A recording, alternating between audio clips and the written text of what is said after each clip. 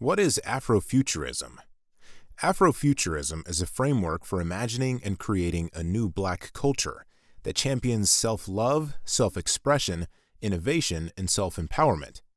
At its core, Afrofuturism is about reimagining the future of Black communities through the lens of creativity, technology, and social good. A foundational element of Afrofuturism is the guiding principles of peace and unity.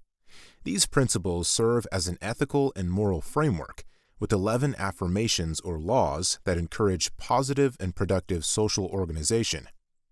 The core premise of these principles is simple yet profound: do good, do no harm. These affirmations guide individuals, families, and communities towards self-love, harmony, and growth, making them the driving force behind Afrofuturism. Afrofuturism is more than an idea. It is a call to action. It's an invitation to dream, create, and organize around a shared vision of love, strength, and unity. This can only occur based on living according to law, the guiding principles of peace and unity. Afrofuturism: create a new Black culture at thegppu.org.